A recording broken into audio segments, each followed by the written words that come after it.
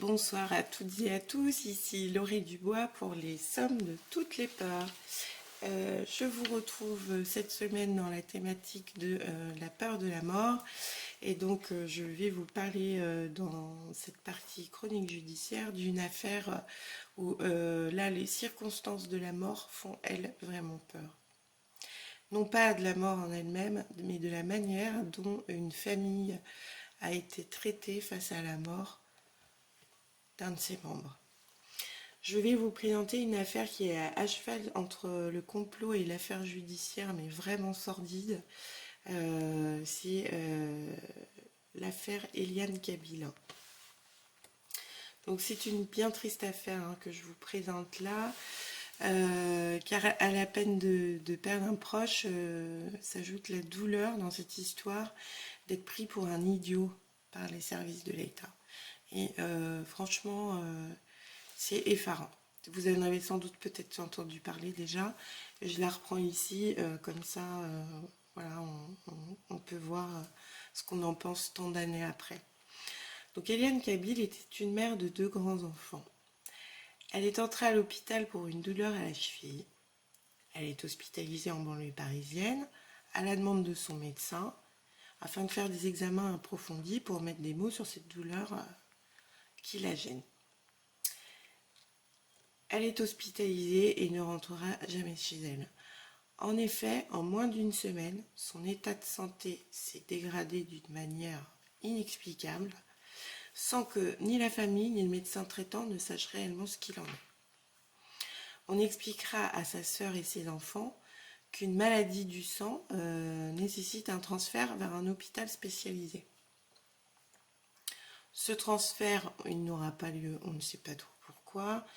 Puis on leur expliquera enfin qu'elle est atteinte d'une leucémie, mais qu'il y a des difficultés dans le transfert, qu'il n'est pas possible. Enfin, c'est pas clair. Voilà. Déjà rien que ça, c'est pas clair. Quelques jours plus tard, Eliane Kabila malheureusement décède. C'est sa sœur qui, venue lui dire un dernier au revoir, se rendra compte que trop de choses ne sont pas cohérentes dans son histoire. Elle présente une cicatrice sur le thorax alors qu'aucune chirurgie n'avait été nécessaire ni même envisagée. Ça ne s'arrête pas là. La famille souhaite une autopsie pour qu'on sache de quoi elle est morte exactement, puisque finalement ils n'ont pas d'explication assez fiable pour comprendre ce qui s'est passé. Mais là aussi il y a des problèmes en fait. L'autopsie et le rapport sont signés avant que le transfert vers une unité de médecine légale soit fait. Il y a un truc qui ne va pas. Donc, les descriptions du médecin légiste, elles aussi, elles font apparaître qu'en fait, ce n'est pas le bon corps qui a été autopsié. Différence de poids et de taille tellement importante, on ne parle pas de quelques centimètres ou quelques kilos, là, c'est par dizaines quand même. On a donc conclu à des causes de la mort sur un cadavre qui n'est pas le bon, et à une date qui n'est pas la bonne non plus. L'erreur de date, on pourrait dire, bon, c'est une erreur matérielle, ça peut s'expliquer, ça peut arriver dans les textes. Mais c'est corroboré par les faits. Donc ça ne peut pas s'expliquer comme ça. Donc ça commence à faire beaucoup de dysfonctionnements autour d'une même personne. Cela n'est-il pas en soi suffisamment dramatique? Eh bien, vous savez quoi? Ce n'est pas fini. La famille demande à la justice des comptes, qui ne sentent pas prendre tout de suite la mesure de cet imbroglio et qui témoigne du mépris total pour la dignité de cette femme et de sa famille. Les funérailles ont lieu, mais la famille veut que les hôpitaux rendent des comptes et obtient qu'une exhumation soit faite pour qu'on fasse la lumière sur les causes de la mort d'Eliane Kabila. Donc les exhumations, c'est une procédure qui est encadrée par le droit. Les demandes de la famille, elles sont un peu gênantes. L'exhumation, je pense que ça ne fait pas plaisir à certaines personnes. Que nous dit le droit? La présence de la famille doit être là, des officiers de police judiciaire qui font des constatations, et ces constatations, normalement, elles sont aiguillées par la demande d'un juge. Sans comprendre le pourquoi du comment, la famille arrive à 8 heures devant le lieu d'exhumation tel que cela a été défini. C'est pas fini. Surprise, le cercueil est déjà sorti de terre. Les machines sont en place, elles ont déjà fait tout le travail. Et les services de médecine légale ont fait procéder à toutes les opérations 2 heures avant l'arrivée des protagonistes, 6 heures du matin. Ok, les OPJ sont courroucés, leur mission était clairement définie, et la famille, une fois de plus, estomaquée par la manière de faire. Pensez-vous que ce soit fini? Non, c'est pas suffisant. Hein. C'est pas suffisant. Ça continue. À l'ouverture du cercueil, les enfants s'aperçoivent que ce n'est pas le cercueil de leur mère. C'est pas les mêmes poignées. Il n'y a pas de croix sur le cercueil, alors que, bon voilà, vu ses convictions, il y avait une croix sur son cercueil, et puis il se rappelle voilà, d'avoir fait un choix pour rendre hommage à leur mère, donc ils ont tout de suite vu qu'il y avait erreur. Pire encore, le cercueil est ouvert, en présence de la famille, et ils n'y découvrent pas, non pas les restes humains de leur mère enterrés depuis plusieurs semaines, mais un charnier composé de plusieurs morceaux de corps de quelques jours. Imaginez le choc psychologique de voir ça. Déjà, tu te prépares psychologiquement à voir quelqu'un de ta famille que tu as perdu il n'y a pas longtemps, que tu pensais enterrer, et que voilà, tu prends sur toi parce qu'il y a une quête de vérité derrière et que tu te blindes. Mais quand il se passe ça,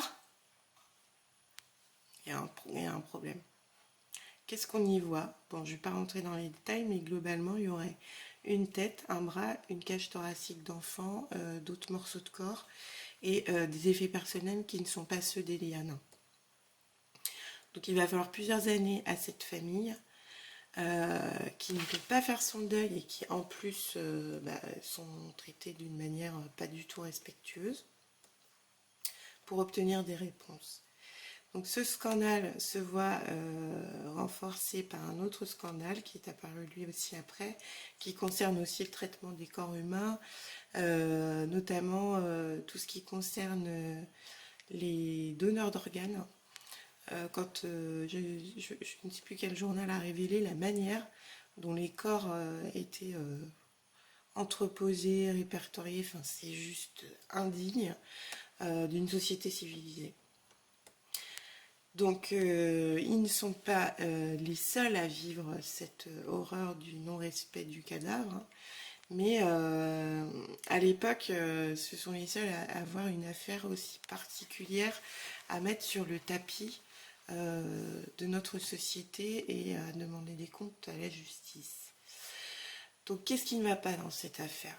Les comptes d'expertise sont formels. Rien ne permet d'expliquer en quoi elle serait décédée d'une leucémie foudroyante en quelques jours. La science ne peut pas expliquer ça, en fait. Déjà, rien que ça va pas. Rien ne permet d'expliquer cette question du non-transfert ou des difficultés dans le transfert vers le service spécialisé. Rien ne permet d'expliquer la présence d'une cicatrice thoracique de plusieurs dizaines de centimètres pour les pathologies attribuées à Eliane El-Khabil. Ça n'a aucun rapport. Rien ne permet d'expliquer l'autopsie d'un corps qui n'est pas le bon, mais pire encore, qu'on ne reconnaisse pas qu'il y a eu une erreur. Ça peut arriver, hélas. Mais pourquoi on ne le reconnaît pas? Rien ne justifie que l'exhumation se fasse en dehors des règles de procédure au petit matin, comme des voleurs, faut le dire. Ils ont fait ça comme des voleurs, quoi.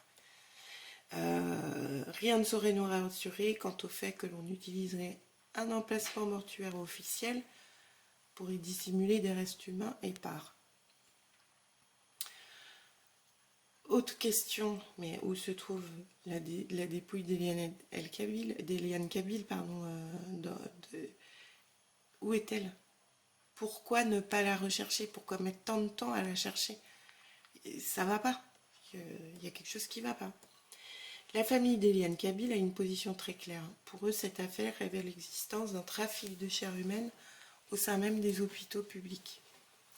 Si vous souhaitez plus d'informations sur cette affaire, vous pouvez googliser le nom Eliane Khabil et vous trouverez plusieurs informations sur ce point, tant sa famille s'est battue avec un courage et une dignité exemplaires pour raconter leur histoire et faire éclore la vérité. Cette affaire m'est mal à l'aise. Elle se passe dans le nord de Paris et vise une femme comme tout le monde. L'idée que cela puisse arriver dans notre pays est tout juste effroyable. Se dire que les personnes censées une dignité à nos morts, c'est quand même le pilier d'une civilisation, en fait, ces personnes-là les traitent de la pire des façons. Pire, ils en feraient le trafic. C'est affreux. Je demande également, mais qui sont ces personnes dont les restes ont été retrouvés dans le second cercueil? Où est le premier? Donc c'est avec ce genre de questions et avec ce fardeau que sa famille a dû vivre pendant des années. Que l'on ait peur ou pas de la mort, les circonstances dans lesquelles cette femme a perdu la vie et la manière dont elle et sa famille ont été pris en charge par la médecine légale sont des choses qui ont de quoi mettre en colère et qui ont de quoi effrayer, peut-être même bien plus que la mort elle-même. Les questions que l'on se pose dans tout ça. Existe-t-il d'autres cas similaires?